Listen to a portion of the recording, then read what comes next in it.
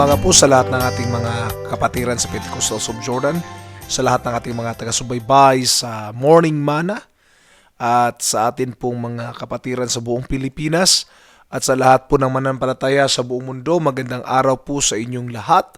At tayo po'y patuloy na mag-aaral sa salita ng Panginoon sa araw na ito. Aklat po ng mga awit, Kapitulo 85. Ikaw, O Yahweh, naging mapagbigay sa iyong lupain. Pinasagana mo't muling pinaunlad ang bansang Israel. Yaong kasamaan ng mga anak mo'y nilimot mong tunay. Pinatawad sila sa nagawa nilang mga kasalanan. Ang taglay mong puot sa ginawa nila'y iyo nang inialis. Tinalikdan mo na at iyong nilimot ang matinding galit.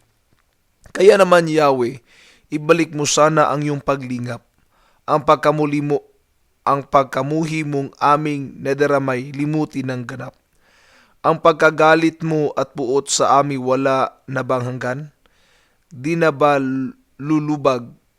Di na matatapos ang galit mong iyan? Ibangon mo kami, sana ibalik mo ang nawalang lakas. At kaming lingkod mo ay purihin ka na taglay ang galak. Kaya ngayon, Yahweh, ipakita mo na ang pag-ibig mong wagas. Kami ay lingapin at sa kahirapan ay iyong iligtas. Aking naririnig nagmula kay Yahweh ang sinalita. Sinabi niyang ang mga lingkod niya ay magiging payapa kung mangagsisi at di nababalik sa gawang masama. Ang nagpapangaral sa pangalan niya ay kanyang ililigtas. Sa ating lupain ay mananatili ang kanyang paglingap. Ang pagtatapatan at pag-iibigay magdadaop palad. Ang kapayapaan at ang katuwiray magsasamang ganap. Sa balat ng lupay pawang maghahari yaong pagtatapat at ang katarungan na may maghari mula sa itaas. Gagawing maunlad ng Diyos na si Yahweh itong ating buhay at ang halaman sa ating lupai bubungang mainam. Sa harapan niya yaong maghahari pawang katarungan. Magiging payapat susunod ang madla sa kanyang daan. Sa umagang ito ay ating pag-uusapan ang topic na Prayer of Revival. Dalangin ng pagkagising muli o pagbangong muli. Minsan na tayong bumagsak. Sabi ng Biblia, tayo may bumagsak, no? Ang matuwid ay babagsak makapitong bisis, ngunit ito'y muling tatayo. Ang pagbagsak ay hindi mali, ang pag-failure ay hindi katapusan, bagkus simulain lamang ng ating paglalakbay. Ngunit tayo po dapat ay manalangin na tayo'y muling mabuhay. Tayo'y muling ibangon doon sa ating kinalalagyan. Dapat tandaan ng isang Kristiyano na ang pamumuhay sa mundong ibabaw ay hindi puro sagana, hindi sa lahat ng panahon ay puro payapa, hindi sa lahat ng panahon walang problema. Dahil kahit sino man tayo, tayong lahat ay makakaranas ng mga bagay na ito. Kasi sabi po ng Biblia na ang matuwid at masama ay nakakaranas din ng tag-ulan, no? Kasi pinapaulan at pinapainit ng Diyos ang langit para sa masama at sa mabuti. At sinabi pa ng Biblia, lahat tayo nakakaranas ng panahon. Panahon ng pagtanim, panahon ng pag-aani, panahon ng pag-iyak, panahon ng kasiyahan. Tayo pong lahat ay nakakaranas ng mga yaon. Kaya lang po ang kailangan nating tandaan at isipin na hindi sa lahat ng panahon ay tayo'y pabagsak, kundi darating ang panahon na tayo'y muling ibuhay at muling patatayuin at muling ibangon sa ating kinalalagyan. Kay Haring David po, atin po nakikita na minsan na po siyang bumagsak, minsan na po siyang nalugnok doon sa pagkakamali, no? Pero hindi siya nananahan doon. Kung titingnan natin ang buhay ni Haring David, ups and down po yan, no? Ups and down. Si Haring David po, bago siya naging hari, dumating muna sa punto ng kanyang buhay na nasa ibaba siya. Naging tagabantay ng mga tupa hanggang sa inangat siya ng Diyos at naging giant killer, no? Napatumba niya si Goliath, ang higante. Hanggang sa hindi nagustuhan ni Saul yung treatment ng mga tao sa kanya kasi nga na-promote nga si David at sumikat nga si David. Kaya lang si Saul ay parang nakalimutan na, no, yung Haring Saul. Kaya nagalit ang Haring Saul kay David. Ito naman yung pagbagsak. Si David naman yun ay tago ng tago para kay Saul dahil nga gusto siyang patayin.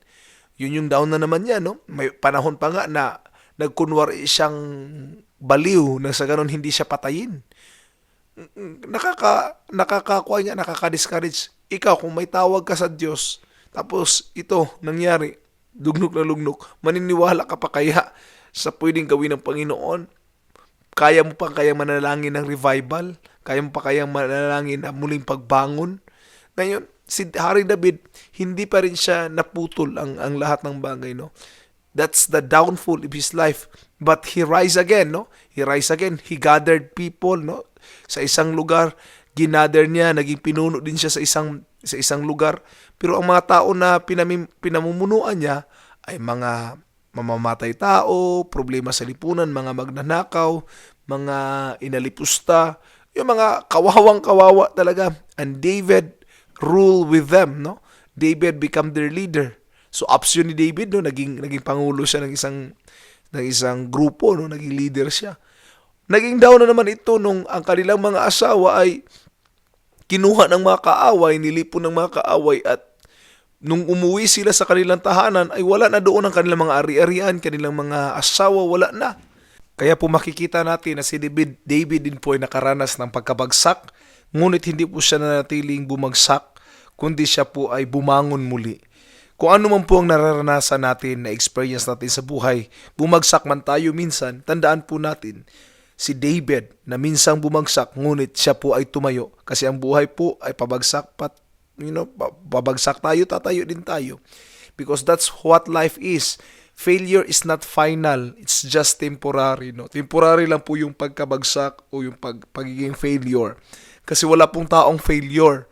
It's just, it's a situation. Hindi po tayo ang failure, kundi yung isang pangyayari po ang failure. Ang kailangan po natin gawin ay muling babangon at muling tatayo.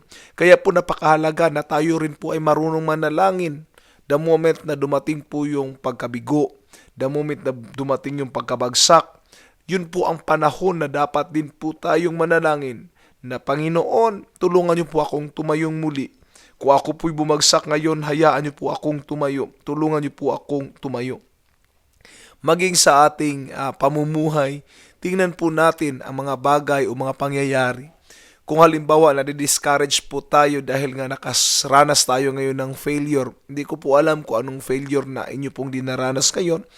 Maaring pagkabigo sa pag-ibig, pagkabigo sa negosyo, pagkabigo sa pamilya, o pagkabigo sa pananampalataya. Lahat po ng ito ay atin pong malalampasan kung tayo po ay handang lumapit sa Panginoon at magtiwala sa Kanya.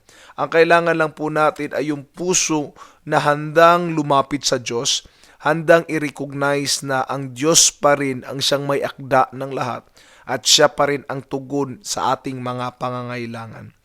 Kung tayo po ngayon ay nakakaranas ng mga gayong bagay, magtiwala tayo na ang Diyos ay nakikinig sa atin dahil ang Diyos mismo ang may sabi na kung tayo ay lalapit sa Kanyang presensya, hindi niya tayo itatakwil. There's no way God will cast us out when we come to His presence. Ang akin lang pong dalangin sa bawat isa na nakikinig sa araw na ito, na ibigay po natin ang ating puso sa Panginoon. Magtiwala po tayo sa Kanya na ang ating dinaranas ngayon ay ating malalampasan. Manalangin tayo na tayo'y ibangon muli. Tayo'y manalangin that God will revive us once again.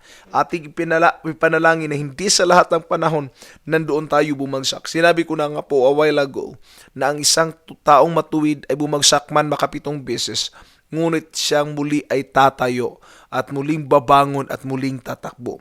Meron po ako napanood na isang video na isang babaeng nadapa minsan sa race pero muli po siyang tumayo, muli po siyang tumakbo at siya po ang nanalo sa isang paligsahan. At nakita ko po na hindi pa huli ang lahat kung tayo po ay lalapit sa ating Panginoon. Ito pong muli si OG Solitario na muli pong magpapaalala sa inyo na sa araw-araw natin na pamumuhay, kailangan natin ang tinapay ng buhay. Digest your morning manna today. God bless po.